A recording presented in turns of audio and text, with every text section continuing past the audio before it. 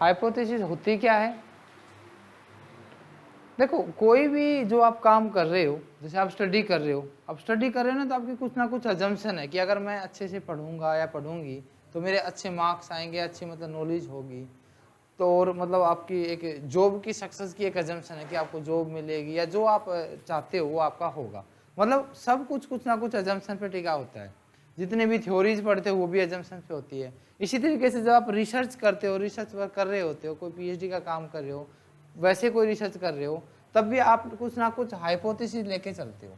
Hypothesis का मतलब क्या होता है कि अजम्पशंस होती है related to your research work, related to your PhD work, या रिलेटेड टू योर जो आपका कोई भी काम करे उसके रिगार्डिंग जो भी अजम्पशन ली आपने, सारी की सारी हाइपोथेसिस हुई। जैसे आपने, मैंने कहा आप पढ़ाई की काम बात कर रहे हो, तो आप स्टडी कर रहे हो, तो स्टडी के रिगार्डिंग जो जो ज्यूम किया है कि भाई मेरे अच्छे मार्क्स आएंगे, मेरे को अच्छी नॉलेज होंगी, या जो भी आपने ज्यूम किया, तो ये सारी की सारी क्या आपकी अजम्पशन है। ठीक है। हाइपोथेसिस का मतलब क्या हुआ? Hypothesis means assumptions.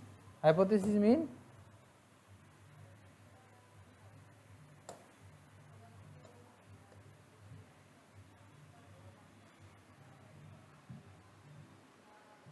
हाइपोथेसिस का मतलब क्या होता है? Assumptions regarding of a sample. Sample क्या होता है? Part of the population on the basis of आप पॉपुलेशन के रिजल्ट्स निकालते हो। यानी आप क्या कर रहे हो? अजम्पशंस बना रहे हो किसके रिगार्डिंग? सैंपल्स के रिगार्डिंग। किस पर्पज के लिए? आपको स्टडी करना है सैंपल, और उसके बेसिस पे पॉपुलेशन के रिजल्ट बना रहे हो, उसको बोलते हैं हाइपोथेसिस। ठीक है। आपने क्या पढ़ा? हाइपोथेसिस का मतलब क्या हुआ? जितनी भी अजम्पशंस आप बनाते हो किसके रिगार्डिंग? योर स्टडी के रिगार्डिंग, सारी की सारी आपकी कहलाती है हाइपोथेसिस। यानी all the assumptions related to your research work is called hypothesis. Meaning clear हो गया भाई आपको? हाँ जी बताइए, शाबाश। अजम्पशंस, ठीक है, बहुत अच्छे, ठीक है, बहुत अच्छे। अब ना हाइपोथेसिस दो तरीके की होती है, एक आपकी नल हाइपोथेसिस, एक आपकी अल्टरनेट हाइपोथेसिस। ठीक है। क्या पढ़ा आपने? हाइपोथेसिस। हाइपोथेसिस का मतलब क्या हुआ? आपकी जितनी भी अजम्पशंस आपने ली है related to your research work is called hypothesis. और ये दो तरीके की होती है, एक तो आपकी नल हाइपोथेसिस, ठीक है, और दूसरी होती है आपकी अल्टरनेट हाइपोथेसिस। अल्टरनेट, ठीक है। जितनी भी अजम्पशंस ली वो क्या हुई? आपकी हाइपोथेसिस। और जिस अजम्पशंस को टेस्ट किया जा रहा है, जिस अजम्पशंस की स्टडी की जा रही है, जिसको आपने अपने रिसर्च वर्क में आइडेंटिफाई करना, टेस्ट करना है, वो होती है आपकी नल हाइपोथेसिस। ठीक है। नल हाइपोथेसिस हमेशा क्या होती है? जीरो से स्टार्ट होती है, H0 से डिनोट होती है, H0, ठीक है, डिनोटेड बाई H0, ठीक है, denoted by H0, always start with 0।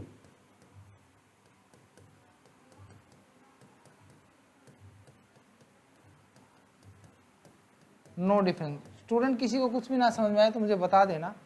Start with no zero का मतलब क्या है? देखो, आप ये चेक करना चाहते हो कि आपके जो मार्क्स है before study and after study कोई भी मतलब डिफरेंस नहीं आया, तो ये एक अजम्पशन बनाओगे आप यहाँ पर। क्या देखो, अजम्पशन बना रहा हूँ, हाइपोथेसिस बना रहा हूँ। मैंने कहा क्या कि 0 से स्टार्ट होती है, H0 से डिनोट करते हो, और मैंने क्या किया कि क्या कोई इम्पैक्ट पड़ता है किसका? स्टडी का मार्क्स पर। तो हाइपोथेसिस जब टेस्ट होती है तो आप ऐसे लिखते हो कि देर इज, मैंने कहा कि नहीं पड़ेगा कोई, देर इज नो इम्पैक्ट, ये अज्यूम करके चल रहे हो, देर इज नो इम्पैक्ट और effect of study on marks, कि मार्क्स पर कोई भी आपका इम्पैक्ट नहीं पड़ता। There is no impact of study on the marks. ये आपने एक अजम्पशन बना ली, इसको टेस्ट करना है। टेस्ट कैसे करते हैं? डिफरेंट स्टैटिस्टिक्स यूज होती है आपके, जैसे टी टेस्ट, एफ टेस्ट, नोवा, मनोवा, बहुत सारी स्टैटिस्टिक्स होती है उनको। लेकिन सबसे पहले आपको हाइपोथेसिस सेट करनी पड़ती है। पहला स्टेप यही होता है जब भी कोई रिसर्च होती है। आप लोग पढ़ रहे हो तो भी आपने अज्यूम किया है, अजम्पशन बनाइए कि आपको पढ़ने के बाद ये चीज़ मिलेगी, ये अजम्पशन है। तो H0 किससे डिनोट होती है? नो से, और ये ऐसे आएगा there is no impact, there is no difference between the study, या देयर इज नो रिलेशनशिप। तो मैंने कहा था कि ये नो से स्टार्ट होगी, नो डिफरेंस से स्टार्ट होगी। तो H0 किससे स्टार्ट होती है? नो से। हाँ जी, आ गया समझ में भाई? हाँ जी स्टूडेंट बताओ, ये समझ में आई आपको नल हाइपोथेसिस? कोई डाउट नहीं है ना? ठीक है, चलो बहुत अच्छे। नल का मतलब नल मतलब जीरो, जीरो आप इसी को टेस्ट कर रहे हो कि देयर इज नो इम्पैक्ट या there is no relationship, there is no significant difference, इस तरीके से इसमें लिखा होगा। अब बात आई H0 से डिनोट कर दिया, दूसरी आई आपकी अल्टरनेट। अब देखो इसी के जो अगेंस्ट में होगा ना वो अल्टरनेट होगा। ये ऑटोमेटिक सेट है भाई आपकी। ऑटोमेटिक का मतलब मान लो आपका कहा कि हेड आया तो क्या नहीं आया था, टेल नहीं आया था, तो इसी तरीके से आपने लिखा है H0 there is no impact, H1 बन जाएगी, डिनोट अल्टरनेट H1 से डिनोट होता है क्या, there is impact of study on marks. बंदी इसके अगेंस्ट है ना, इसकी जो आपकी H0 है ये आपकी H1 है, ये आपकी अगेंस्ट होती है H0 की। ठीक है, आपने क्या समझा भाई कि जो आपकी हाइपोथेसिस है, ये हाइपोथेसिस क्या होती है, जितनी भी अजम्पशन आप रिसर्च वर्क से रिगार्डिंग पढ़ रहे हो, बना रहे हो, वो आपकी हाइपोथेसिस। नल हाइपोथेसिस जिस अजम्पशन को आपको टेस्ट करना है, जिसके बेसिस पे आपको पूरा रिसर्च वर्क करना है, वो होगी आपकी null hypothesis. And what is alternate hypothesis, against H0, जिसको हमने कहा कि हमने यहाँ लिखा देयर इज नो इम्पैक्ट, यहाँ पर लिख दिया देयर इज इम्पैक्ट, तो वो क्या होगी आपकी अल्टरनेट हाइपोथेसिस। हाँ जी, क्लियर हो गया मीनिंग भाई? हाँ जी स्टूडेंट, मीनिंग क्लियर है आपको? बताइए प्लीज। ठीक है, उसके बाद देखिए भाई आपका, आपने पढ़ लिया नल हाइपोथेसिस नो और जीरो से स्टार्ट होती है, H0 से आपको डिनोट किया जाता है, और अल्टरनेट इसके अगेंस्ट में होती है, अपोजिट होती है, H1 से डिनोट होती है और ऑटोमेटिकली सेट हो जाती है। ठीक है, अब एक चीज आई टाइप 1 एरर और टाइप 2 एरर। जो आपकी टाइप 1, इसी में ना ये सारी ये यूज, इसकी टर्मिनोलॉजी है, आपको समझना है क्या होते हैं। टाइप 1 एरर अभी आपने पढ़ा है H0 और H1। ठीक है, टाइप 1 एरर कब होती है, जब आपकी H0 क्या हो, ट्रू हो, और आपने इसको ट्रू होने के बावजूद भी उसको कर दिया हो रिजेक्ट। क्या कर दिया है, रिजेक्ट कर दिया। ये आपने टाइप 1 एरर कर दिया, यानी सही चीज को आपने रिजेक्ट कर दिया, गलत घोषित कर दिया, तो ये क्या हुआ आपकी टाइप 1 एरर कर दिए। ठीक है, type 1 error means when H0 is true and you reject the H0 is called type 1 error. इसको देखो जो टाइप 1 एरर है, अब इसको हम डिनोट कर देते हैं अल्फा से। टाइप 1 एरर जो होती है वो किससे डिनोट होती है, टाइप 1 एरर आपकी अल्फा से। ठीक है, अल्फा जो होता है वो होता है लेवल ऑफ सिग्निफिकेंस, ये सभी मैं आपको बताऊंगा क्या होते हैं सिग्निफिकेंस। ठीक है, देखिए भाई आपके पास क्या हुआ,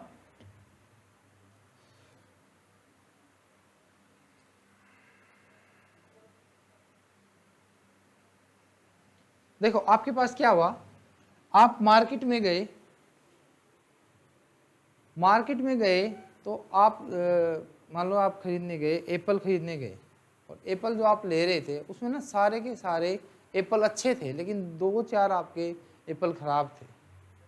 हमने क्या किया कि आप मार्केट में गए, एप्पल की वाली शॉप पे गए, सारे एप्पल अच्छे थे लेकिन 2-4 आपके ख़राब थे, तो आपने पहला एप्पल उठाया और चेक किया, वो ख़राब निकल आया, आपने रख दिया वापस। दोबारा उठाया तो भी ख़राब वाला आ गया, तो भी आपका ख़राब निकल आया। फिर उठाया तो भी आपने ख़राब आपका निकला, तो आप उसको क्या कहा कि ये तो सारे ही ख़राब है, और उसको छोड़ के आ गए।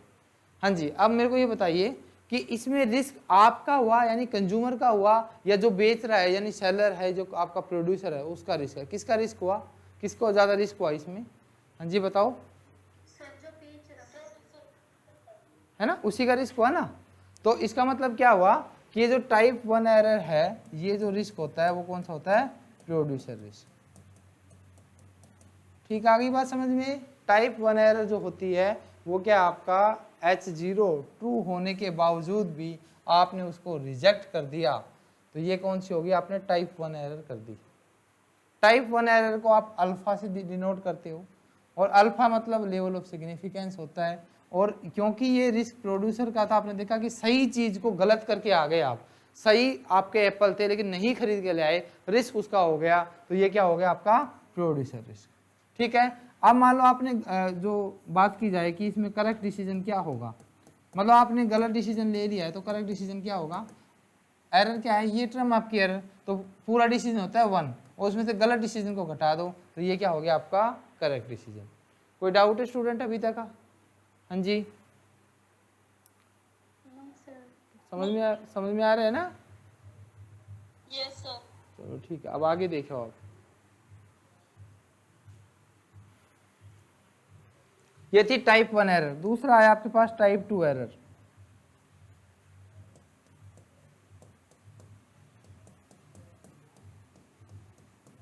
टाइप 2 एरर क्या होती है? अभी आपने टाइप 1 में पढ़ा था H0 आपकी ट्रू थी, फिर रिजेक्ट कर दी।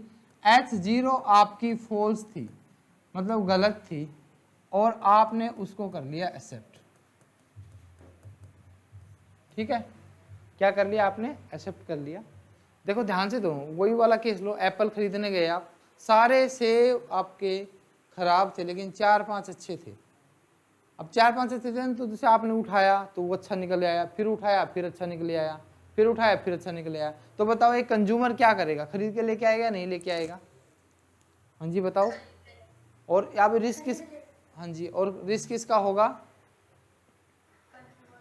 है ना? तो ये जो रिस्क हो गया, ये क्या हुआ? आपका कंज्यूमर का रिस्क। टाइप 1 एरर जो होता है आपका होता है कंज्यूमर रिस्क, कंज्यूमर रिस्क, और इसको डिनोट करते हैं बीटा से। ठीक है, टाइप 2 एरर जो है वो कंज्यूमर रिस्क बीटा से। और इसमें करेक्ट डिसीजन क्या बनेगा? हाँ जी, इसमें करेक्ट डिसीजन क्या बनेगा? 1 माइनस बीटा, ये करेक्ट डिसीजन हो गया। और इसको ना, क्योंकि ये गलत चीज थी, अपने रिजेक्ट कर दिया, इसलिए आपने क्या किया? इसको बोला जाता है क्या? बीटा को नहीं, 1 माइनस बीटा को बोला जाता है पावर ऑफ टेस्ट। टेस्ट की पावर कितनी स्ट्रेंथ है, मतलब गलत चीज घटा दो बाकी सही अच्छी आ गई, तो ये क्या हुआ? Power of test. आया समझ में? हाँ जी, ठीक है। तो देखो ध्यान से सुनना, दोनों की टाइप 1 एरर क्या थी? टाइप 1 एरर H0 ट्रू थी, नहीं H0 आपकी ट्रू थी, फिर रिजेक्ट कर दी। टाइप 1 एरर कंज्यूमर का, प्रोड्यूसर का रिस्क है, अल्फा से डिनोट होती है, correct decision 1 minus alpha. And type 2 error beta आपका जो होता है जब आपकी चीज़ गलत हो, फॉल्स हो, H0, फिर आप उसको एक्सेप्ट कर ले, तो ये हो गया आपका टाइप 2 एरर। एंड जो टाइप 2 एरर है आपकी वो आपकी कंज्यूमर का रिस्क है, H0 फोर्स, ये आपको समझ में आ गया। करेक्ट डिसीजन बनाना 1 minus beta producer risk, sorry power of power test, consumer का रिस्क है। कोई डाउट अभी तक? वही दोनों इसमें, टाइप 1 एरर टाइप 2 एरर में आ गया ना समझ में? चलो बहुत अच्छा। ये टाइप 1 एरर, ये करेक्ट डिसीजन, ये आपके अल्फा से डिनोट हो रहा है, प्रोड्यूसर रिस्क है। एंड इसी तरीके से आपका ये टाइप 2 एरर है। बीटा से पावर ऑफ टेस्ट बोलते हैं किसको? 1 माइनस बीटा को, कंज्यूमर आपका रिस्क होता है इसमें। अब आया लेवल ऑफ सिग्निफिकेंस क्या होता है। देखो भाई, आप कोई भी काम पूरा 100% करे, या कोई बात आप कितने परसेंटेज से ठीक कर सकते हो, मतलब जो भी आप काम कर रहे हो कितना परसेंट एक्यूरेट होगा, ये कैलकुलेट करता आपका लेवल ऑफ सिग्निफिकेंस। हाँ जी, मेरी बात समझ में आई क्या बोल रहा हूँ मैं? लेवल ऑफ सिग्निफिकेंस का मतलब होता है कि आप एक ऐसा लेवल लेते हो कि हम इतनी एरर करेंगे मैक्सिमम और इतने हमारे रिजल्ट ठीक होंगे। मैंने कहा 5% लेवल ऑफ सिग्निफिकेंस, इसका मतलब ये है कि हमारे रिजल्ट 95% एक्यूरेट होंगे एटलीस्ट। हमारी जो एरर की पॉसिबिलिटी है वो 5% है। तो 5% लेवल ऑफ सिग्निफिकेंस का मतलब क्या हुआ? कि your result is reliable with 95% degree. And 1% पे ले रहे हो तो इसका मतलब क्या होगा? अगर 9, देखो मैंने क्या 5% में आपने लिया तो 90% आपका एक्यूरेट रिजल्ट है, और 1% पे क्या होगा? शाबाश बताइए, 1% पे क्या होगा? हाँ जी, 1% पे हुआ आपका कि 99% आपके रिजल्ट एक्यूरेट है। तो लेवल आप अगर सोशल साइंस स्टूडेंट हो, जैसे कॉमर्स के हो आप, मैनेजमेंट के हो, तो ये कोई भी लेवल ले लीजिए, इनका कोई फर्क नहीं पड़ता। लेकिन आपके अगर साइंस वाले स्टूडेंट हो, साइंस में कोई काम कर रहा हो, तो मेडिसिन में देखिए आप ऊपर लिखा होता है कि इसमें इतना प्रपोर्शन है, इसका इतना प्रपोर्शन है, तो थोड़ा बहुत भी ऊपर हो जाए या नीचे हो जाए तो उसमें आपकी प्रॉब्लम आ जाएगी। सो आपका जो ये है लेवल ऑफ सिग्निफिकेंस, ये बताता है कि आपके इस डेटा की रिलायबिलिटी कितनी है। तो आप 1% का मतलब क्या समझे? 1% का मतलब हुआ कि आपके रिजल्ट 99% एक्यूरेट है, और आपका जो 5% का मतलब है कि आपके रिजल्ट आपके क्या है? 95% आपके एक्यूरेट है। तीसरा आपने पढ़ा है क्या, लेवल ऑफ सिग्निफिकेंस।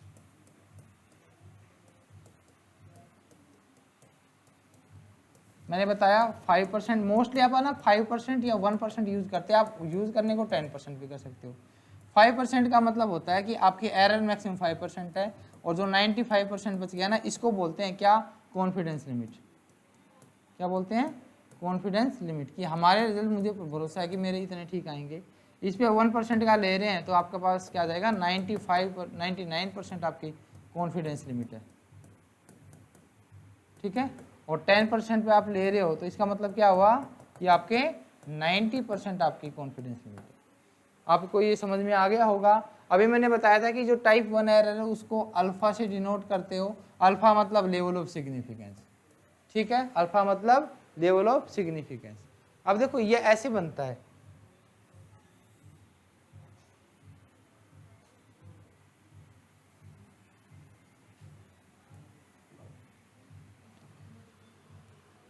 आपने लेवल ऑफ सिग्निफिकेंस का मतलब होता है कि आपकी एरर मतलब मैक्सिमम 5% है, तो आपका इस तरीके से ले सकते हो कि रिजेक्ट, दो चीज आती है, एक्सेप्टेंस जोन और आपकी रिजेक्शन जोन।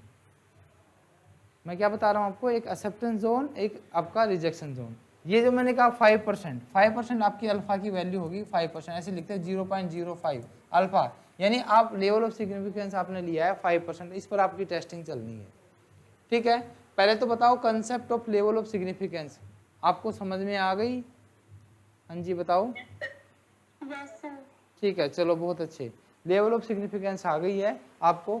अब एक चीज आती है आपकी ना, रिजेक्शन जोन एक साइड में है या दोनों साइड में है, यानी टेस्ट कौन सा है, ये लेवल ऑफ सिग्निफिकेंस में टेस्ट कौन सा लगा रहे हो, राइट में, लेफ्ट में, या बोथ साइड में, कैसे है। देखो ध्यान से सुना, मेरी एक स्टेटमेंट है, आपकी क्या है, एक x पर्सन है और एक y पर्सन है।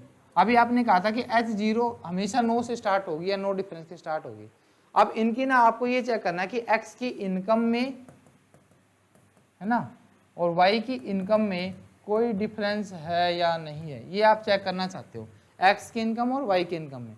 अब देखो मैंने क्या कहा था कि आपका h0 हमेशा स्टार्ट होगा नो के साथ। अब देखो किस तरीके से आप h0 बना रहे हो, पहली h0 बनाई आपने, पहले क्या बनाई, there is no significant difference, इसको ऐसे लिख सकते हो, between income of x and income of y। दोनों की इनकम की एक तो हाइपोथेसिस ये बना दी, ठीक है। तो इस केस में क्या हो सकता है, आपकी x की इनकम भी ज्यादा हो सकती है y से, और y की इनकम भी ज्यादा हो सकती है x से, तो ये दोनों चीज पॉसिबल है। तो इसका मतलब जब आप इसको बीच में रख रहे हो तो आप इधर भी जा सकते हो, आप इधर भी जा सकते हो, एक तो ये हाइपोथेसिस है। एक आप ये टेस्ट करो, the income of x is greater then y। आप ये चेक करना चाहते हो कि क्या x की इनकम y से ज्यादा है या नहीं, यानी कि x की इनकम आपने लिया कि राइट में, मतलब आपकी लेफ्ट राइट साइड में चलेगा या नहीं चलेगा। अब ध्यान से सुनिए कि आप लेफ्ट राइट साइड में चलोगे या नहीं चलोगे। देखो अभी बताता हूं आपको। और तीसरा आपने हाइपोथेसिस बनाया, यही हाइपोथेसिस कि income of x is less than income of y। देखो करना तो वही है, तीनों में डिफरेंस ही चेक करना है कि x की इनकम ज्यादा है या y की इनकम ज्यादा है। पहला केस बना कि क्या दोनों में कोई डिफरेंस है या नहीं, तो मतलब ये हो सकता है कि x की इनकम ज्यादा होगी या y की इनकम ज्यादा होगी, पहला केस। दूसरा था आप यही चेक कर रहे हो कि क्या x की इनकम y से ज्यादा है, तो एक ही साइड चेक कर रहे हो आप कि क्या x की इनकम राइट आपके y से ज्यादा, यानी एक साइड आप चल रहे हो, ठीक है। वो आपका बताऊंगा क्या बोलते हैं। और एक आपने ये चेक किया क्या x की इनकम y की इनकम से कम है, तो कोई चीज एक ही है, तीनों को अलग अलग तरीके से आपने कर लिया, ठीक है। अगर आप ये चीज चेक करोगे कि आपका देयर इज नो सिग्निफिकेंट, दोनों साइड आप चेक करना चाहते हो, तो आपका जो रिजेक्शन जोन है वो भी आपका दोनों साइड बनेगा इस तरीके से। 5% मैंने कहा लेवल ऑफ सिग्निफिकेंस है आपका 0.05%, तो इधर भी 2.5% हो गया और इधर भी 2.5%, ठीक है। तो ये तो कौन सा होता है, इसको जब आपका रिजेक्शन जोन दोनों साइड हो जब आपका रिजेक्शन जोन दोनों साइड हो, और ये आपकी क्या होगी, कॉन्फिडेंस लिमिट, कॉन्फिडेंस लिमिट और आपका एक्सेप्टेंस रीजन। ठीक है, अगर आपका रिजेक्शन जोन दोनों साइड है तो इसको बोलते हैं क्या, टू टेल्ड, मतलब दोनों साइड टू टेल्ड आपका टेस्ट, कि आपका जो टेस्ट लगेगा वो टू टेल्ड है। जो कि मैंने कहा देयर इज नो सिग्निफिकेंट, तो आपके एक्स की इनकम भी ज़्यादा हो सकती है, वाई भी, यानी एक्स इधर भी आ सकता है, वाई भी। एक आपका इस तरीके से देखो,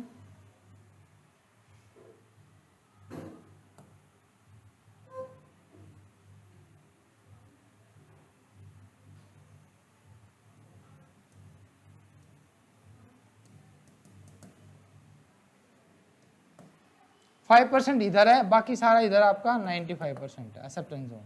तो ये आपका कौन सा हो गया, वन टेल्ड, है ना। अब एक ही साइड चेक कर रहे हो आप कि राइट में है तो आपका राइट टेल्ड हो गया, और दूसरा आपने लिखा इस तरीके से,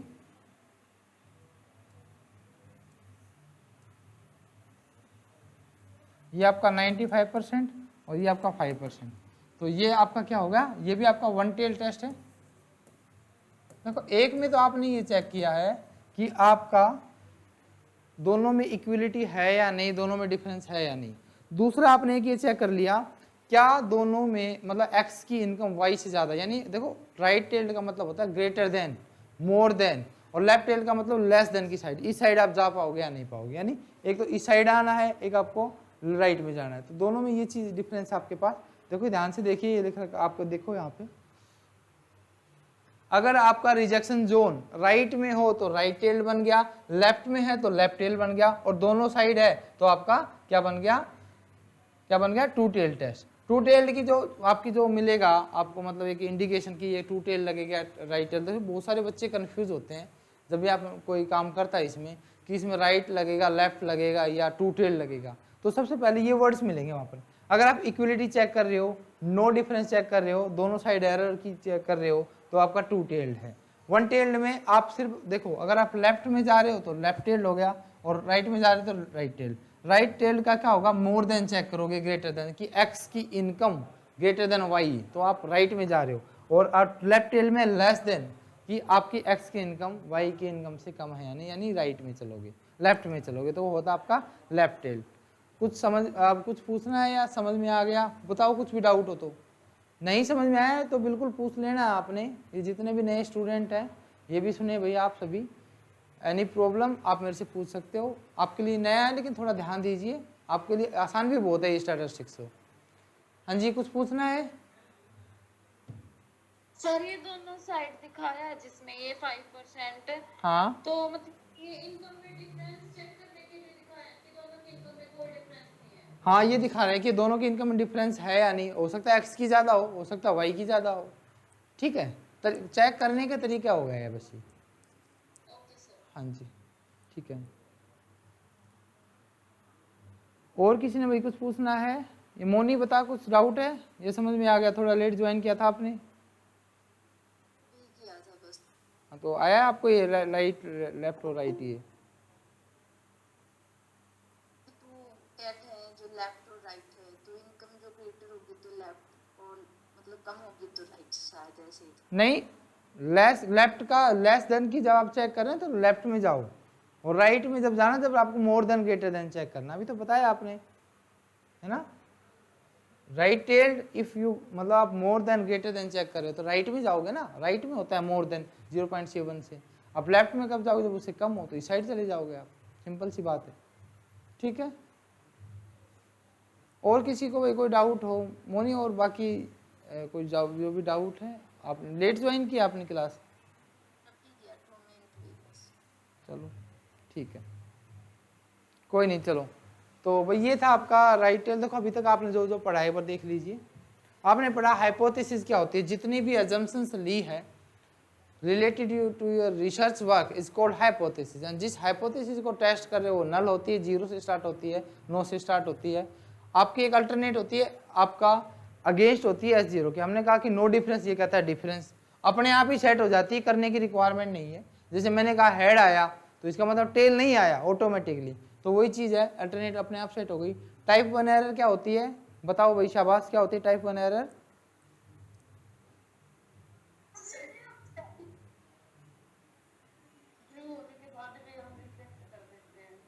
जब आपकी, हाँ जी, H0 ट्रू है फिर भी रिजेक्ट कर दिया, आपका हो गया टाइप 1 एरर। और टाइप 2 एरर, ठीक है, जब H0 फॉल्स है तभी भी आपने एक्सेप्ट कर लिया तो आपकी हो गई टाइप 2 एरर। अब मेरे को एक थोड़ा सा आप दिमाग लगाना, एक तो क्या किया आपने, सही आदमी या सही चीज़ को गलत घोषित कर दिया, यानी रिजेक्ट कर दिया, और एक आपने जो गलत चीज़ थी उसको एक्सेप्ट कर लिया। तो आपको क्या लगता है कौन सी ज़्यादा खतरनाक होगी, मतलब डेंजरस, किसके ज़्यादा मतलब नुकसान होगा? हाँ जी बताओ क्या?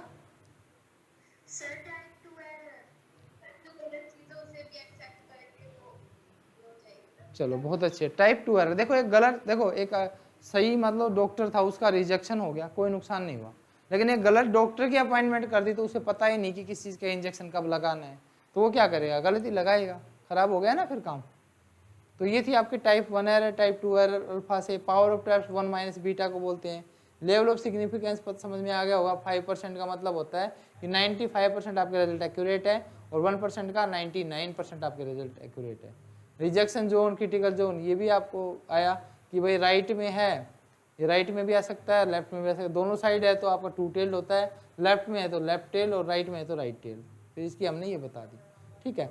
कुछ ये वैल्यूज ना कंपेयर करनी होती है, जैसे 5% लेवल ऑफ सिग्निफिकेंस ले लिया तो जेड की वैल्यू 1 टेल 2 टेल पर आपको उस वाला कनेक्ट कर ले वाला, हाँ उसी का फ़ोन नंबर लिख रखा, वो कर ले।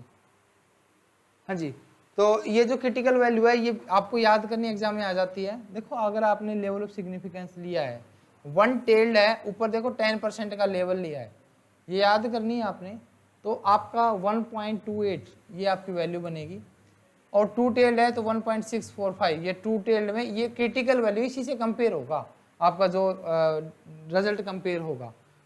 अब 5% आप लेके चल रहे हो तो 0.05, मतलब इसको ऐसे बोले ना, एफएम में 1 का मतलब होता है 100, तो 0.05 5% हो गया। 1 टेल्ड आपने लिया है तो यही वैल्यू याद रखनी है आपने, ये 4 वैल्यू, 1% और 5% पे। 1.645% होता है 0.5% पे, 5% पे, और 1% पे होता है 2.33। कब आपका 1 टेल्ड हो 5% पे और 1% पे, 2 टेल्ड हो 5% पे 1.96 और 1% पे आपका 2.58। बस ये 4 वैल्यू याद रखनी है आपको। पहली वैल्यू क्या आपके पास 5% पे 1 टेल पे 1.64, 2 टेल पे 1.96 एंड 1% पे 1 टेल में 2.33 और 2.58। ये 4 वैल्यू ही आपने याद रखनी है। कर लोगे याद? हाँ भाई ठीक है, ठीक है, चलो बहुत अच्छे। अब देखो प्रोसेस क्या है कि हाँ हाँ प्लस माइनस दोनों साथ चलते हैं इसके, ठीक है, वैल्यूज, हाँ क्योंकि जो जेड की वैल्यू वो प्लस माइनस साथ चलती है। अब आया कि क्या प्रोसेस है, आप हाइपोथेसिस को कैसे टेस्ट करते हो। देखो मैंने पहले बताया कोई भी काम करोगे ना सबसे पहले आपकी अजम्पशन बन जाएगी। तो पहला ही काम क्या है आपका, सेटअप नल हाइपोथेसिस। ये बनाई आपने नल हाइपोथेसिस, कुछ भी काम करो, मैंने कहा पढ़ाई का काम करना है, स्टडी का काम करना है, तो पहले ही आपका काम क्या होता है, H0 सेट करेंगे। H0 हमने कहा कि क्या कोई इसमें रिलेशनशिप है, किसमें, इनकम और एजुकेशन में कोई रिलेशनशिप है या नहीं। तो आप अगर क्या बनाओगे, स्टडी करना चाहते हो कि इनकम आपकी एजुकेशन को अफेक्ट करती है या नहीं, तो क्या लिखोगे, देयर इज नो इम्पैक्ट या there is no relationship between education और इनकम और एजुकेशन। बना ली ना हाइपोथेसिस, समझ गए ना कैसे बनती है हाइपोथेसिस? हाँ जी है ना, बना लिया आपने H0 की there is no significant relationship between education और आपका इनकम। फिर आप लोगे दूसरी, ये एग्जाम में बिल्कुल एज इट इज आती है, इसको सेट करना। दूसरा फिर आपने करना है setup suitable level of significance, और लेवल ऑफ सिग्निफिकेंस में आप ले सकते हो 5%, आप ले सकते हो 1%, मेनली आप ये लेते हो, या तो 5 लेते हो या 1% लेते हो, ठीक है। आपने लगा दिया, उसके बाद ना बहुत सारे स्टैटिस्टिक्स है जो अप्लाई होगी, जैसे टी हो गया, टी टेस्ट हो गया, एफ टेस्ट हो गया, अनोवा हो गया, काई स्क्वायर टेस्ट हो गया, ठीक है, और जो भी आपने जैसे मीन मीडियन मोड ये भी लगा सकते हो। जो भी आपकी बेस्ट स्टैटिस्टिक्स होती है आपके रिजल्ट निकालने चाहेगी, उस स्टैटिस्टिक्स को आप लगा पाओगे। जो भी आपने निकाला। आप ये चेक करना चाहते हो एवरेज क्या है, तो एवरेज वाला मतलब मीन लग जाएगा। आप ये चेक करना चाहते हो इम्पैक्ट, तो इम्पैक्ट के लिए होता है रिग्रेशन, तो यहाँ पर रिग्रेशन भी लग जाएगा। तो जो भी बेस्ट स्टैटिस्टिक्स होगी वो लग जाएगी, यहाँ सिलेक्शन होता है यहाँ पर। First step setup null hypothesis, second level of significance, और थर्ड क्या हुआ, जो भी आपकी सूटेबल स्टैटिस्टिक्स है उसको आपने सेलेक्ट कर लेना है। हाँ जी, आ गया समझ में? हाँ भाई, फोर्थ पे भाई जो भी टेस्ट लगाया, जैसे टी टेस्ट लगा दिया तो टी की कैलकुलेशन कर लो, और कैलकुलेशन के बाद क्या करना है, आपको डिसीजंस बनाना है। डिसीजन ऐसे भी बन जाते हैं। अब कैसे बनते हैं, एक ही जो ये ना टेबल वैल्यू को बोलते हैं क्रिटिकल वैल्यू, कि इनकी ना एक वैल्यूज दी होती है ऐसे।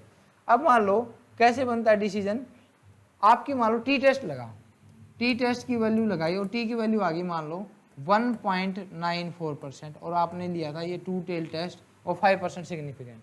To tail test 5% significant level, इसकी वैल्यू है 1.96। अब देखो कैलकुलेटेड वैल्यू टी की है 1.94%, और जो आपकी क्रिटिकल वैल्यू है वो है 919%।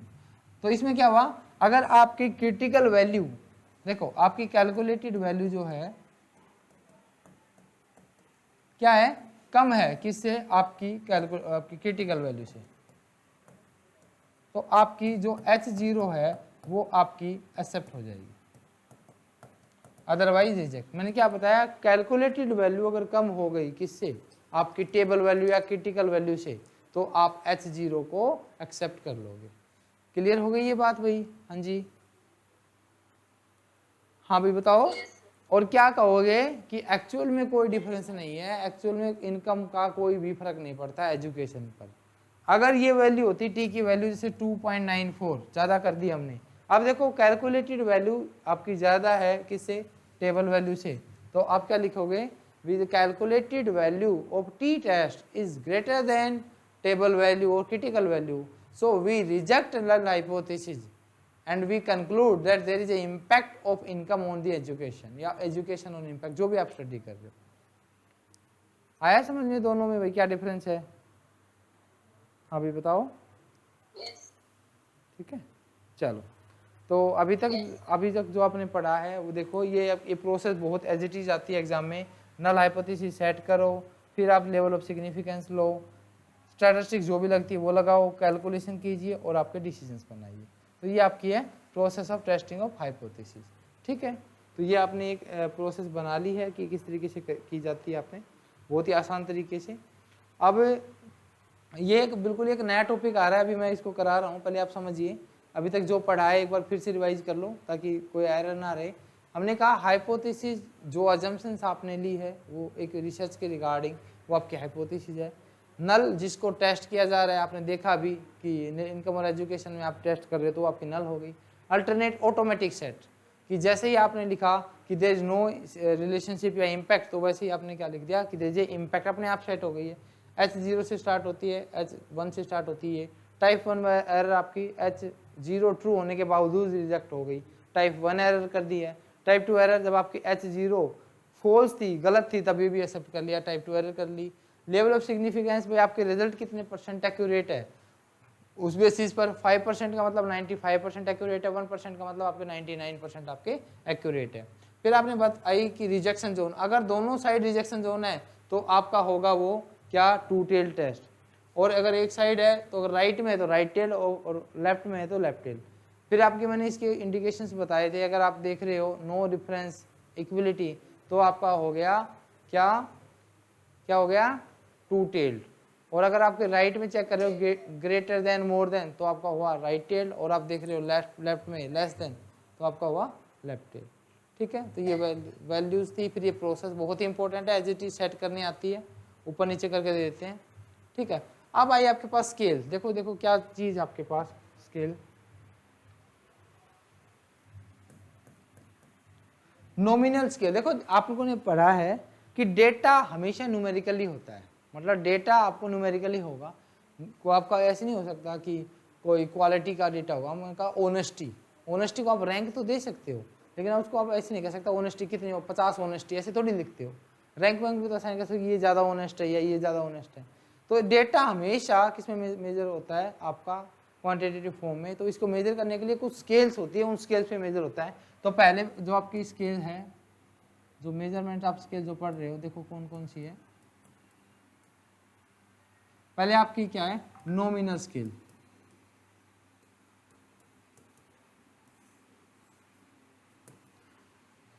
नॉमिनल स्केल का मतलब क्या है, आप इस स्केल में अपने डेटा को आइडेंटिफाई करते हो। फॉर एग्जाम्पल आपके घर वालों ने आपका नाम निकाल रखा है, आपकी क्लास में रोल नंबर है, आप जहाँ पढ़ रहे हो वहाँ पर आपकी स्टूडेंट आईडी है।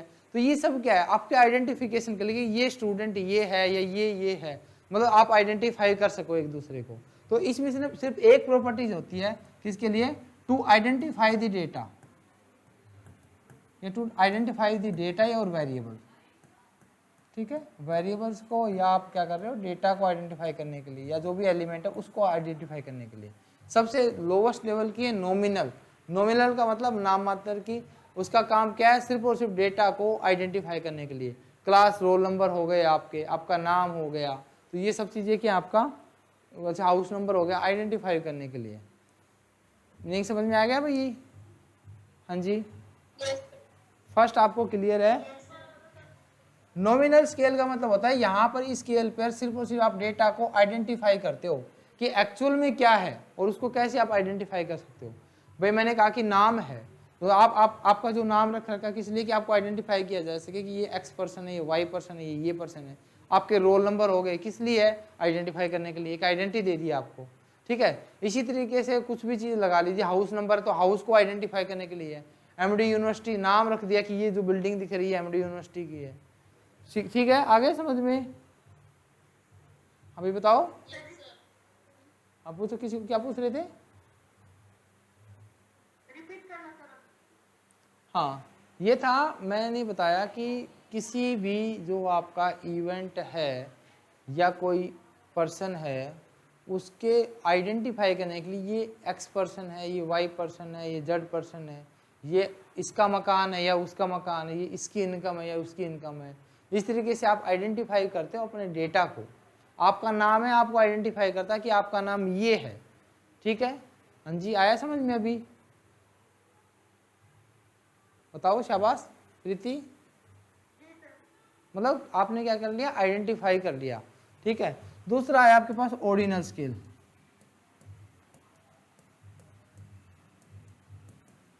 देखो ये तो प्रॉपर्टी रहनी है, कौन सी, नॉमिनल की, यानी नॉमिनल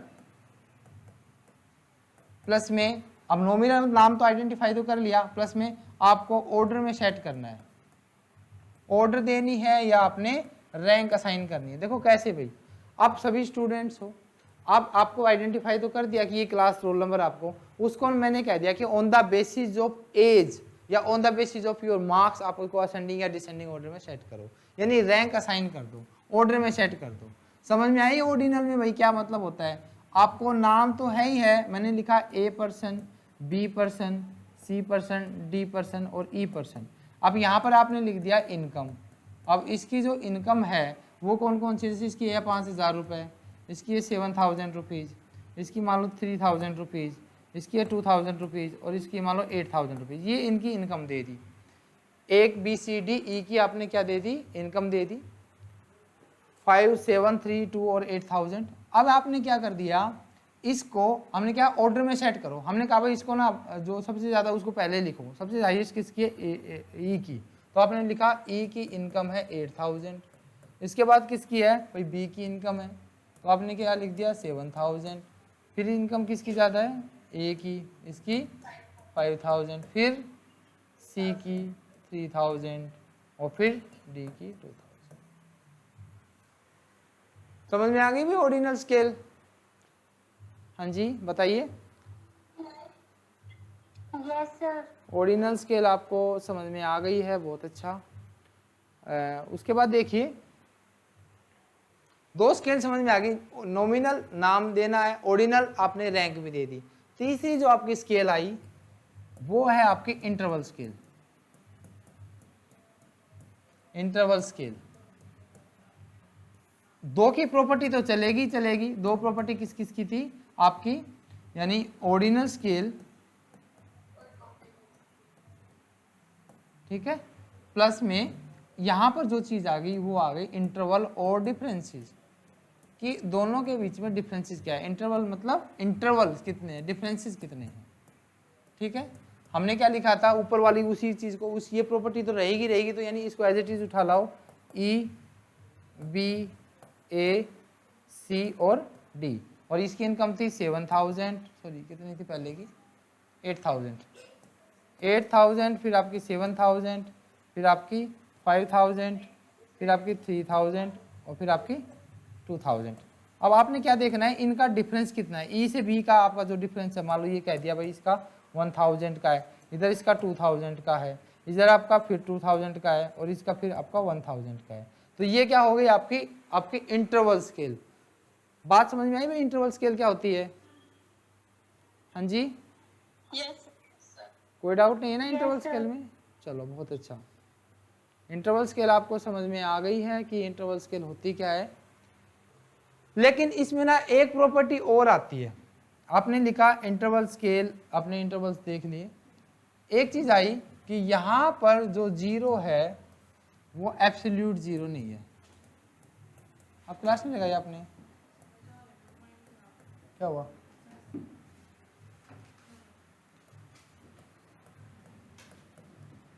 क्लास तो लगाओ फिर चले जाना। Zero is not an absolute zero, ये आप ध्यान से सुनो। क्या है भाई, देखिए इंटरवल आपने देख लिया कि भाई क्या क्या डिफरेंसेस है और आपका मतलब कितना है, ये तो देख लिया। मैं कह रहा हूं यहां पर जो जीरो निकल के आएगा ना वो जीरो नहीं होता। कैसे काम कह रहा हूं मैं आपको, मैं कहता हूं 0 डिग्री टेम्परेचर, पता वहां पर टेम्परेचर होता है या नहीं होता। हाँ जी बताओ,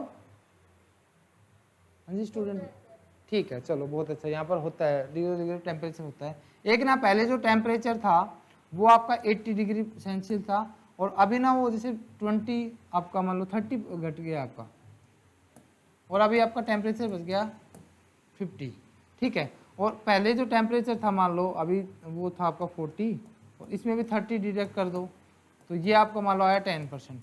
अब देखो दोनों में से 30 डिडक्ट किया है, यहाँ पर देखो 50% में तभी भी ज़्यादा गर्मी है और यहाँ पर आपका 10% आया, अब यहाँ पर बहुत ज़्यादा सर्दी हो गई है। यहाँ पर एक्चुअलिटी में देखिए कि जो यहाँ पर जीरो है या जो ये डिफरेंस आपने कम किया है इनका कोई फर्क नहीं पड़ा, मतलब इनमें इक्वल डिफरेंस नहीं है, अलग अलग होता है। तो यहाँ पर क्या है, zero is not an absolute zero, इसकी ये प्रॉपर्टी है, इसकी वीकनेस समझिए, इसकी प्रॉपर्टी समझिए। हाँ जी बताओ, कोई डाउट है, समझ में आ गया। हाँ जी सर फिर से रिपीट करना है सर। देखिए भाई स्टूडेंट, इसका बस इतनी सी बात समझिए आप, यहाँ पर जो डिफरेंस आ रहा है, जो इंटरवल्स आपने लिए हैं इसके, ये सारे के सारे क्या है, मतलब इनको बेशक आपका डिफरेंस आपको जीरो दिख जाए लेकिन वहाँ पर कोई ना कोई वैल्यू होती है। इसका एग्जाम्पल मैंने कहा कि 0 डिग्री टेम्परेचर, आप कह रहे हो 0 डिग्री टेम्परेचर मीन्स यहाँ पर भी कोई ना कोई टेम्परेचर होगा। ठीक है, आया समझ में मनीषा, 0 डिग्री टेम्परेचर पे टेम्परेचर होता है, माइनस में भी जाते हैं तो भी टेम्परेचर है, तो इसका मतलब क्या है वहाँ जीरो ही नहीं होती। ठीक है, क्लियर है, हाँ ठीक है चलो बहुत अच्छे। और जो फोर्थ आपकी जो स्केल आई वो आ गई आपकी रेशो स्केल। अब रेशो स्केल में क्या है भाई, ये तो चलेगा ही चलेगा, कौन सी, यानी इंटरवल तो चलेगा ही चलेगा, प्लस में इसमें ना रिलेटिव मेजर आ जाता है, यानी रेशो परसेंटेज। ठीक है, यानी रिलेटिव मेजर आ गया। ठीक है, और इसमें जो जीरो है एब्सोल्यूट जीरो, जीरो जो होगा आपका एब्सोल्यूट जीरो। मैं कहता हूं आपके पास कितने रुपए हैं, आपने कहा 100 रुपए, मुझे दे दो 100 रुपए, कितने बच गए, 1 भी रुपए नहीं, तो यहाँ पर जीरो क्या होगी, जीरो। मैं कहता हूँ zero income, zero length, zero width, यहाँ पर जीरो जीरो होगी। और दूसरा ये इसको रिलेशन में बताएगा, कैसे, जैसे यहाँ पर लिखा 8-7,000, आप ये कह सकते हो कि आपका जो ई की इनकम है बी की इनकम से, मतलब ई की इनकम जो आएगी कितनी 8,000 और उसकी है 7,000, तो इसका ऑलमोस्ट जो भी परसेंटेज है मान लो 115% के अराउंड वैल्यू आ गई। यानी रिलेशन करके बताएगा, ई का बी के साथ, बी का ए के साथ, इस तरीके से ये रिलेशन बताएगा। और जीरो की वैल्यू जीरो होगी इस केस में, रेशो स्केल में। हाँ जी आ गया समझ में या नहीं, बताइए कोई डाउट हो तो इस स्केल में, ओनली रेशो में। हाँ जी बताओ, क्लियर है। Yes sir. ठीक है, उसके बाद देखिए एक ये चीज यहां से देखिए, पहली बात आपने अभी जो 4 स्केल पढ़ी है, सबसे पहले पढ़ी नॉमिनल। शाबाश, बताइए क्या होती है नॉमिनल, किसके लिए होती है?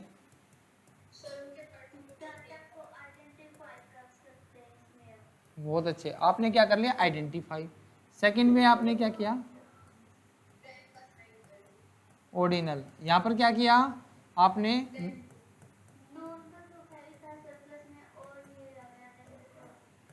ऑर्डर आ गया और रैंक आ गया। बहुत बढ़िया, शाबाश, सही समझ में आ गया।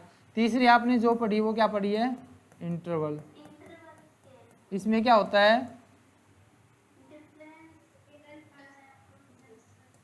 ऑर्डिनल तो आ ही गया, प्लस में क्या आ गया, डिफरेंसेस। ठीक है, और एक और इसमें पढ़ी है क्या आपने, 0 इज नॉट एब्सोल्यूट। और 4 जो आपने पढ़ी है रेशो, उसमें क्या होता है,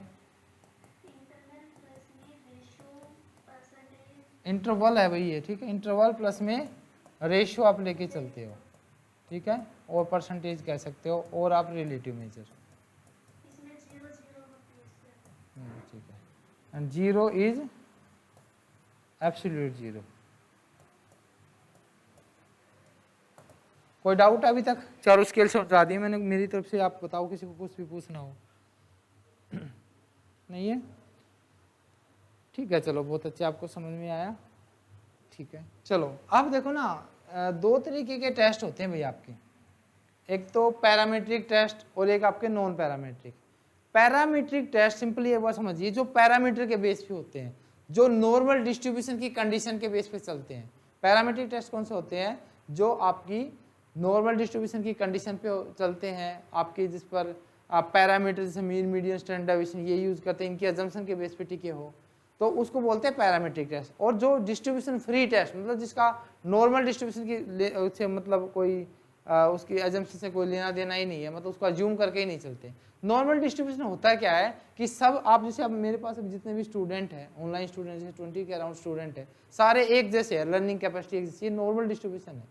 और नॉर्मल डिस्ट्रीब्यूशन कब नहीं होगा, जैसे मान लो कुछ स्टूडेंट बहुत हाई लेवल के हैं पढ़ाई में बिल्कुल, और कुछ ऐसे भी है जिसको नहीं आता, ऐसा अगर हो तो वो नॉर्मली डिस्ट्रीब्यूटेड नहीं है चीज़ें। यानी आप सभी देखो, आपका मान लो जैसे सभी की हेल्थ एक जैसी है, मतलब आप सभी हेल्थी हो, तो मतलब क्या हुआ कि आपका नॉर्मली डिस्ट्रीब्यूटेड है, नहीं है तो आप नॉर्मली डिस्ट्रीब्यूटेड नहीं हो। तो पैरामीट्रिक जो टेस्ट होते हैं वो किस पे बेस होते हैं, on the basis of the assumption of normal distribution. And जो नॉन पैरामीट्रिक टेस्ट होता है वो क्या होता है, आपके अजम्पशन के बेस पे नहीं होता, किस पे, नॉर्मल डिस्ट्रीब्यूशन की, इसलिए इसको बोलते हैं डिस्ट्रीब्यूशन फ्री टेस्ट। ठीक है, तो ये जो नॉमिनल और ऑर्डिनल स्केल है, जब डेटा आपका नॉमिनल और ऑर्डिनल स्केल में मेजर होगा तब आपके लगते हैं कौन से लगते हैं, नॉन पैरामेट्रिक टेस्ट। ये कमजोर होते हैं ना, इसके रिजल्ट भी कमजोर आएंगे। ठीक है, और जब आपका डेटा अच्छा हो, मतलब अच्छा मेजर कर रखा हो आपने, तब आपके लग जाएंगे कौन से, पैरामेट्रिक टेस्ट। ठीक है, कोई डाउट है? हाँ जी, आ रहे हैं ना समझ में? चलो बहुत अच्छे। इंटरवल पढ़ लिया आपने, स्केल पढ़ ली कि कौन सी कब लगेगी, ये देख लो फिर से, आप आइडेंटिफाई करने के लिए होता है, लाइक योर रोल नंबर, फिर ये इनकम दे दी, इंटरवल रेशियो में डिफरेंस बता दिया, स्केल बता दी कौन सी कहाँ लगेगी, और इंटरवल आपकी जो पैरामीट्रिक होता है वो कैसे लगेगी। ठीक है, उसके बाद देखो पैरामीट्रिक मैंने एजम्पशन बता दी थी कि नॉर्मली डिस्ट्रीब्यूटेड हो और आपका डेटा मेजरमेंट हो किस पर, इंटरवल और आपका रेशियो स्केल पर। और इसी में आप ऐड करना चाहो तो इक्वलिटी ऑफ वेरिएंस को भी लेके चलता है, आगे हम देखेंगे, अनोवा की कंडीशन है वो, तो मतलब नॉर्मली डिस्ट्रीब्यूटेड हो आपका। ठीक है, अब जो टेस्ट है आपका 2 तरीके के बनते हैं। पैरामीट्रिक टेस्ट हम पढ़ते हैं, पैरामीट्रिक की मैंने एजम्पशन बताई क्या, नॉर्मल डिस्ट्रीब्यूशन मेन एजम्पशन होती है। ठीक है, डेटा इंटरवल और रेशियो स्केल में होगा। 2 तरीके का टेस्ट है, लार्ज सैंपल और स्मॉल सैंपल। लार्ज का मतलब क्या होता है, एन की वैल्यू कितनी ज्यादा है, ग्रेटर देन 30। और स्मॉल सैंपल का मतलब क्या है कि आपका सैंपल 30 तक है तो हो गया आपका स्मॉल सैंपल। लार्ज में सिर्फ एक टेस्ट है, जेड टेस्ट, और आपके स्मॉल सैंपल टेस्ट में टी हो गया, एफ हो गया, काई स्क्वायर टेस्ट हो गया। इस तरीके की जो स्टैटिस्टिक्स है सारी की सारी की आपकी कौन सी, small sample test. Sample differentiate करना आ गया, लार्ज सैंपल मतलब 30 से ज़्यादा, और 30 से कम है तो स्मॉल सैंपल। ठीक है, मीनिंग आ गया समझ में, लार्ज सैंपल स्मॉल सैंपल, बताओ। ठीक है, अब जो ये टेस्ट है तो इसमें जैसे सबसे पहले आया आपका जेड टेस्ट। ठीक है, स्टैटिस्टिक्स कर लेंगे अपन तब तक, 6 मिनट है मेरे पास, कोई बात नहीं कर लेंगे। हाँ जी, अब आप पहले कर रहे हैं जेड टेस्ट। जेड आपका एक लार्ज सैंपल टेस्ट है, पहली बात तो। ठीक है, क्या क्या चेक करता है जेड आपका, इसकी 4 एप्लीकेशन है। पहली एप्लीकेशन ये है कि test the hypothesis about population mean. देखो क्या किया आपने, ध्यान से सुनना, ये आपके पास एक पॉपुलेशन है, मान लो इसमें आपके पास है 1 लाख लोग या जो भी चीज आपने, इसका एक आपने सैंपल लिया, और सैंपल लिया कितने का, मान लो आपने लिया 1000 का या 10,000 का, आपने एक सैंपल ले लिया, 10% सैंपल ले लिया 10,000 का, इसको टेस्ट किया और ये देखा कि इसका मीन क्या आया, तो यहाँ पर आपने मीन निकाल दिया और यहाँ पर आपने म्यू यानी पॉपुलेशन मीन निकाला। आपने ये तो समझ में आ गया था कि पॉपुलेशन की कैरेक्टरिस्टिक्स को जो मेजर करे उसको, देखो भाई ये जो नए स्टूडेंट एक बार ध्यान से देखना, ये इस तरीके से होता है। देखो एक तो होती है भाई पॉपुलेशन जो पूरी कंप्लीट है, जैसे पूरी इंडिया की पॉपुलेशन है उस तरीके से, इसके अगर मीन को मेजर करें ना, इसको मेजर करें तो इसको मेजर करते हैं हम पैरामीटर्स में। ठीक है, और एक होता है आपके पास सैंपल, और सैंपल को किससे मेजर होता है भाई, हाँ जी आप इसको मेजर करते हो स्टैटिस्टिक्स से। ठीक है, अब क्या क्या मेजर करना होता है हमें, मेनली जो हमें मेजर करना होता है वो करना होता है मीन, हमें मेजर करना होता है स्टैंडर्ड डेविएशन, हमें मेजर करना होता है वेरिएंस और प्रपोर्शन। ये 4 चीजें मेनली हमें मेजर करनी होती है। जब आप पॉपुलेशन को मीन मेजर कर रहे हो तो उसको डिनोट करते हैं म्यू से। ठीक है, इसको क्या बोलते हैं, म्यू। और अगर आप स्टैटिस्टिक्स है तो आप आपने देखा होगा सभी ने की हुई है एक्स बार, तो ये वो आपका स्टैटिस्टिक्स सैंपल, और स्टैंडर्ड डेविएशन इसका होता है सिग्मा, और इसका होता है sigma square, sigma sorry S small S, ये हो गया स्मॉल एस, और वेरिएंस आपका इधर हुआ सिग्मा स्केयर और ये हुआ आपका एस स्केयर, और प्रपोर्शन इधर कैपिटल पी और इधर आपका स्मॉल पी। ये भाई आपके 4 पैरामीटर आपने पढ़ लिए हैं, पैरामीटर ऑफ स्टैटिस्टिक्स। ये कौन सी लैंग्वेज में है, ये ग्रीक लैंग्वेज में, और ये रोमन लैंग्वेज में। ठीक है, इतनी बात याद रखना। ठीक है, ओके। तो अब आप क्या चेक कर रहे हो कि ये जो पॉपुलेशन का जो मीन निकाला है और जो सैंपल का मीन निकाला है, इन दोनों में कोई सिग्निफिकेंट डिफरेंस है या नहीं। तो देखो क्या लिखा आपने, ये वाली हाइपोथेसिस ये बना दिया आपने कि ये दोनों डिफरेंस इक्वल है या नहीं, आपने ये टेस्ट आपने कर दिया।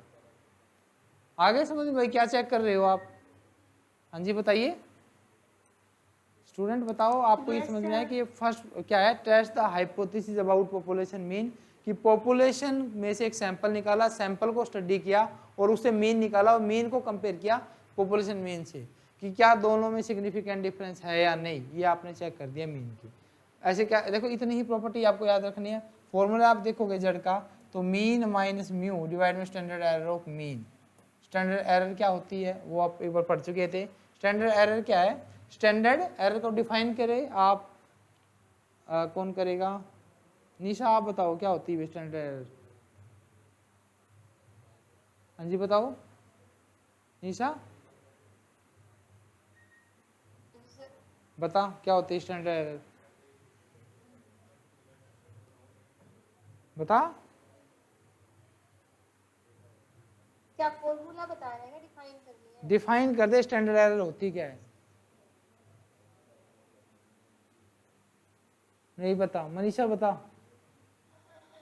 सर पॉपुलेशन के मीन में से सैंपल का मीन का डिफरेंस, दोनों का डिफरेंस।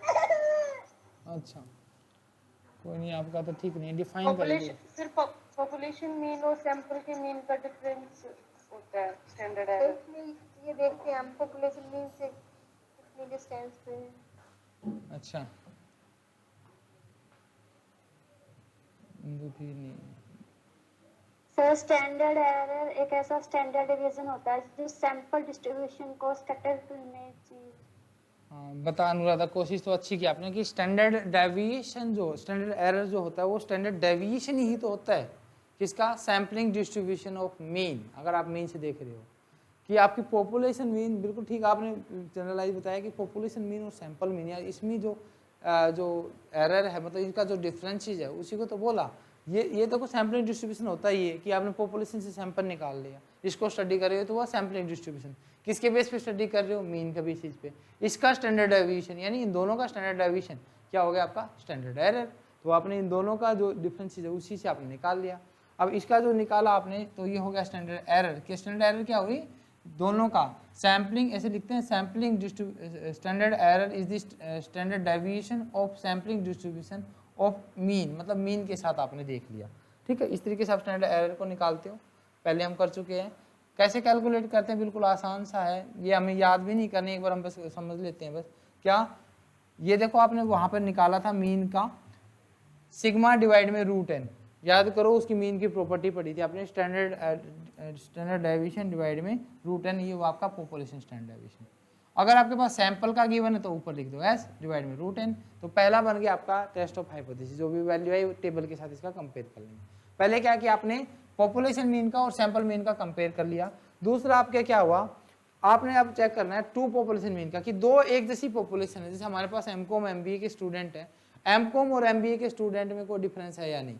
हमने क्या किया, ये आपके पास पॉपुलेशन यानी ये आपने लिखा कि एमकॉम है और ये आपका एमबीए है, इससे आपने निकाला सैंपल, इधर आपने सैंपल निकाला, इसका मीन निकाला, इधर इसका मीन निकाला, सैंपल का मीन निकाला दोनों का, और आपने ये चेक किया क्या इन दोनों में जो मीन है उनमें कोई डिफरेंस है या नहीं, ये वाली हाइपोथेसिस H0। अब ये देखो ये अपने आप इक्वल हो जाएंगे अगर ये आपकी इक्वलिटी होगी। तो आप चेक क्या करोगे, आप H0 ये रखोगे कि mean first equal to mean second. अगर ये आपके ठीक बैठ गए, मतलब दोनों इक्वल हो गए, तो आपकी पॉपुलेशन मीन भी एक दूसरे के इक्वल हो जाएंगे। आई बात समझ में भाई? हाँ भाई बताओ, ठीक है। तो आपने क्या किया, दो पॉपुलेशन है, दोनों में से सैंपल निकाला, सैंपल को स्टडी करके ये बताना है कि ये दो ऊपर वाली जो पॉपुलेशन है इनमें कोई सिग्निफिकेंट डिफरेंस है नहीं। और ये कैसा पता लगेगा, अगर सैंपल मीन दोनों के इक्वल हो गए, दोनों सैंपल मीन आपके इक्वल हो गए तो अपने आप ही पॉपुलेशन मीन इक्वल हो जाएंगे। ठीक है, ऐसा समझ, ओके ठीक है। तो ये था आपके पास test of hypothesis about the two population mean. तो आप इसको ऐसे निकाल सकते हो, ये भी आसान सा है, फॉर्मूले आपको याद करने नहीं है। Z is equal to mean first minus mean second divide में standard error of mean first minus second. और आप इसका स्टैंडर्ड एरर ऑफ मीन निकाल रहे हो तो आप इसको इस तरीके से निकाल सकते हो। रिक्वायरमेंट है नहीं, इसको हम इतना डीप में नहीं पढ़ना, ना आता इसमें से। ठीक है, स्टैंडर्ड वेरिएंस डिवाइड में आपका n1 प्लस में वेरिएंस 2 का डिवाइड में n2 इसका रूट, ये आपको पॉपुलेशन स्टैंडर्ड डेविएशन निकल के आ जाएगा। दो प्रॉपर्टी आपने पढ़ ली। तीसरी जो इसकी प्रॉपर्टी है वो है test the hypothesis about difference between two standard deviation of population. Two population, दो, जैसे आपने दो मीन का डिफरेंस देखा, दो पॉपुलेशन है उनके दो के मीन का डिफरेंस देख लिया, इसी तरीके से स्टैंडर्ड डेविएशन का देख सकते हो। ये जैसे ये आपकी है, ये आपकी पॉपुलेशन है, पहले केस में तो क्या किया था आपने, मीन निकाला था, ठीक है, ये कंपेयर किया था, अब कंपेयर हो जाएगा ये। ठीक है, आ गया समझ में भाई ये तीसरी प्रॉपर्टी? हाँ जी स्टूडेंट, ये समझ में आ गया आपको? ये तीसरी प्रॉपर्टी क्या कर रहा है, स्टैंडर्ड डेविएशन को कंपेयर कर रहा है, ये दोनों के किसको कर रहा है, स्टैंडर्ड डेविएशन को कंपेयर कर रहा है। हाँ बताओ भाई, समझ में आई या नहीं आई, क्या चेक कर रहे हो, बस इतना समझ लो, है ना? ओके, ये तो तीसरी थी आपकी कौन सी, टू स्टैंडर्ड डेविएशन की। और इसी तरीके से आप निकाल सकते हो अबाउट दी पॉपुलेशन प्रपोर्शन, की जो पॉपुलेशन प्रपोर्शन है वो उसको ठीक रिप्रेजेंट कर रहा है या नहीं, कोई डिफरेंस तो है या नहीं। सिंपल सा, सैंपल का प्रपोर्शन कितना है उसमें से पॉपुलेशन डिवाइड करके स्टैंडर्ड एरर ऑफ पी, मतलब स्टैंडर्ड एरर ऑफ पॉपुलेशन वो निकाल लीजिए। बस आपने ये पता होना चाहिए प्रॉपर्टी, क्वेश्चन ये आता है कि इसकी प्रॉपर्टी क्या क्या है, किस किस की एप्लीकेशन है। तो देखो अबाउट द पॉपुलेशन मीन है, about the two population, difference between to population mean है। तीसरा about difference between the two standard deviation, difference between the two standard deviation है। और तीसरा आपने पढ़ लिया पॉपुलेशन प्रपोर्शन। और इसी तरीके से आपका टू पॉपुलेशन प्रपोर्शन की difference between the about the difference between to population proportion कि दो पॉपुलेशन है उनका जो सैंपल में जो प्रपोर्शन है वो सेम है या नहीं, तो इस तरीके से इसको निकाल सकते हैं। ठीक है, हाँ जी, आया समझ में? अभी बताओ। पॉपुलेशन प्रोपोर्शन को बताने का क्या मतलब? दो पॉपुलेशन